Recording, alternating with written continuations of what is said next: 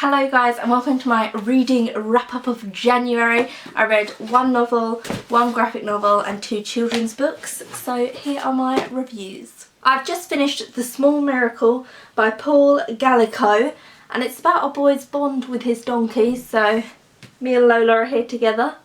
It's about animal and human bonds. She doesn't care. Lola, I love you. Please love me back.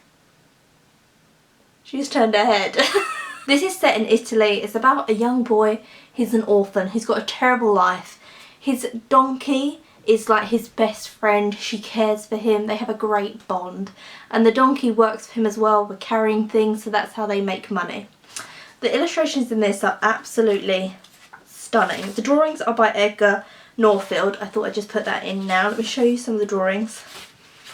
Just beautiful drawings. So, everything's going fine, him and his donkey. They are very sad because they have a rough life. His donkey then becomes incredibly sick and he decides that he's going to go to the chapel of St. Francis, which is quite near where he lives, and is going to take the donkey into the chapel and pray to St. Francis, who loved animals, to come and save his donkey. So he goes there. The people say, you cannot bring a donkey in here, that's ridiculous, blah blah blah. So then he decides to go and see the Pope. So he goes to the Pope, and that's beautiful how he gets to meet the Pope. And there's a great bit where the Pope says, how do you not know that God might want your donkey? He might love your donkey so much that he wants your donkey to come and join him in heaven. And I thought that was very nice. So then the story goes on. I'm not going to spoil it. I thought this was so sweet. It's probably considered like faith literature, trying to get kids like involved with God and everything. But even though I'm not religious, I still found this beautiful, stunning. I shed a tear. I thought this was really gorgeous. What did you think, Lola? I read some to you, didn't I? This attitude. I have just finished this, which is a trilogy in a graphic novel volume series by Gilbert Hernandez. And this is called Three Daughters. It is, I pronounced it wrong in a video. I called it Lubba, but it's actually someone called Mama Bookworm in my comment section, shout out to you, said I don't think it's pronounced Lubba but Luba. It's an Eastern European name. So this is Luba. It's about three sisters. They're Latino. This is really weird though because it was individual comic format, the story doesn't flow properly, so there's not one story, so you're really getting into one sister's story and then the next comic will be like a different sister's child or a distant sister's ex-husband, so none of the stories really flow right. But having said that, it still worked. Like, it was that good that it still kind of worked. It's very sexually explicit. One thing they share in common is they've got big boobs, and that's spoken about a lot. Very graphic, very odd. But I'm glad I read it. Will I read anything else by Gilbert Hernandez? I'm not sure if I will. Here's the art style. It's this book, right? If you like Daniel Close's Ghost World, which is one of the greatest graphic novels ever written, read Ghost World first, and then if you like Ghost World, maybe try this. Daria, which was an MTV cartoon. If you like Daria, then maybe you'll like this, because it's a certain kind of humour that doesn't really fit in mainstream stuff that you don't see very often. So here is the art style. The art style is all in black and white. It's very similar to what Daniel Close's Ghost World is like. And it is a very interesting thing. There are some things in it that like aren't realistic. They're just all a bit mental and crazy. And I kind of liked that about it though. One of them has a lisp. And the lisp is written with not proper words. So it's, if you read it out loud, you can kind of understand and make out what it is, but it's not written in proper English because it's written in a lisp. It reminded me of, I read Trainspotting by Irving Welsh, and that's written in a Scottish accent, and so they'll have things like oot, like O-O-T, which means out.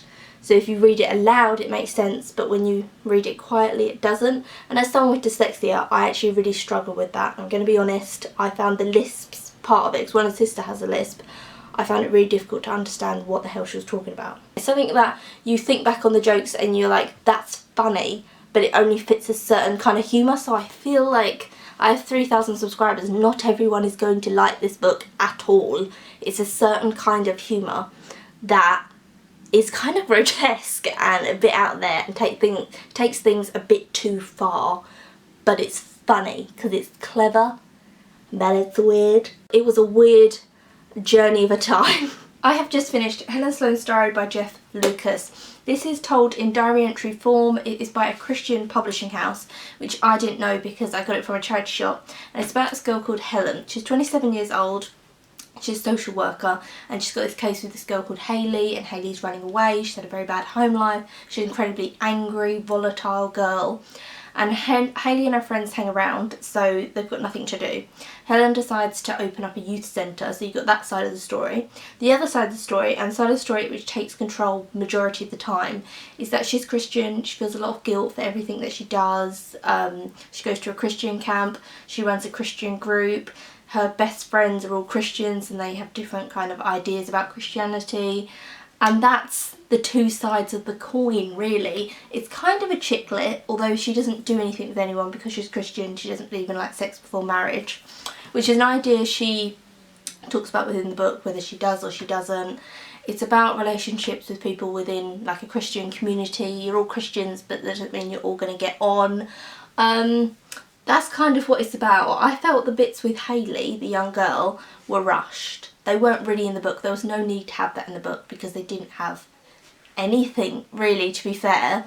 At the end, she seemed to skip months. Months. Not just like, oh, I haven't written in my diary for like a week. Months. And I feel like that was to move the story on a bit too quickly for me. Also, something happens 20 pages away from the end. And it's a huge thing, but obviously they've only got 20 pages to deal with it. So I was just like, what? It felt very rushed at the end. Like the author was just like, let's skip a few months, let's like drop something in, but then let's not deal with it properly. Oh, one thing that I really didn't like about this, and I mentioned in my currently reading video about this, is she feels guilty for everything she does, but I don't think it's a fair portrayal of all Christians, although she says like all Christians feel this and all Christians feel this way, and I'm guessing Jeff himself is a Christian, and so it's something that he believes, that all Christians feel guilty for everything. She has a glass of champagne, guilt because it's alcohol. She's lusting after someone, she fancies them, guilt because it's lust. Someone's really cruel to her and she wants to be cruel back to them. She's not cruel, but in her head she is.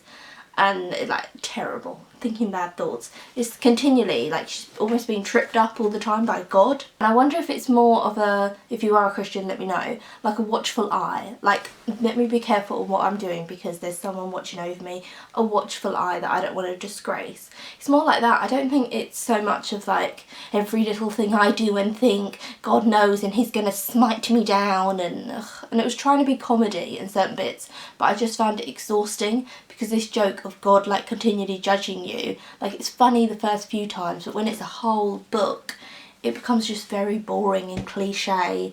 I didn't like this, can you guess? And then she couldn't decide what guy she wanted to be with.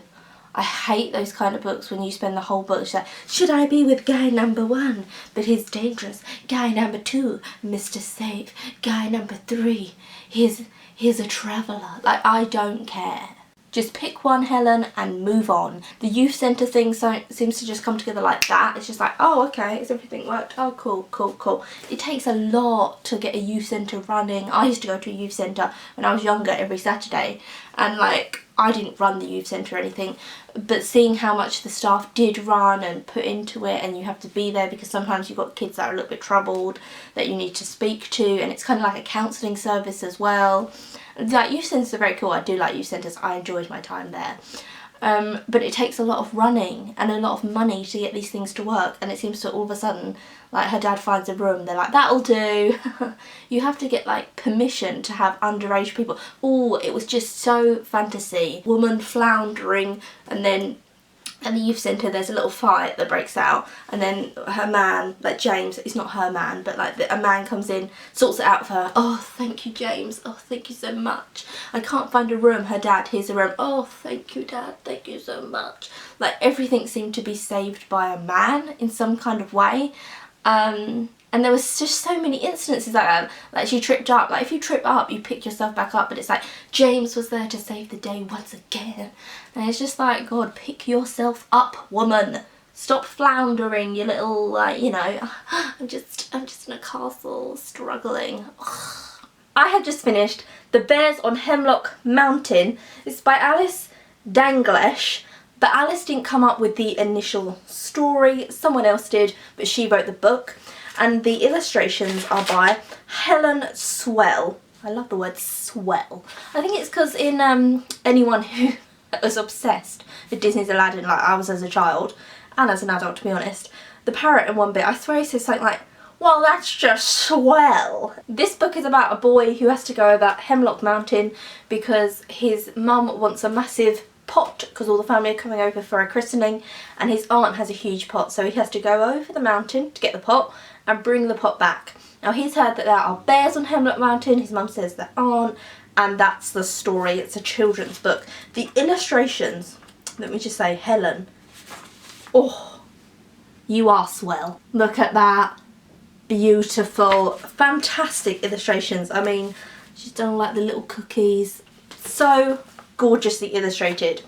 There's a lot of repetition in this, which there is in children's book, which sometimes I find really irritating, but in this, everything worked. It was so cute and good and well written, and so at parts he went crunch, crunch, crunch, my feet in the snow, and then he'd carry on walking, then crunch, crunch, crunch, my feet in the snow.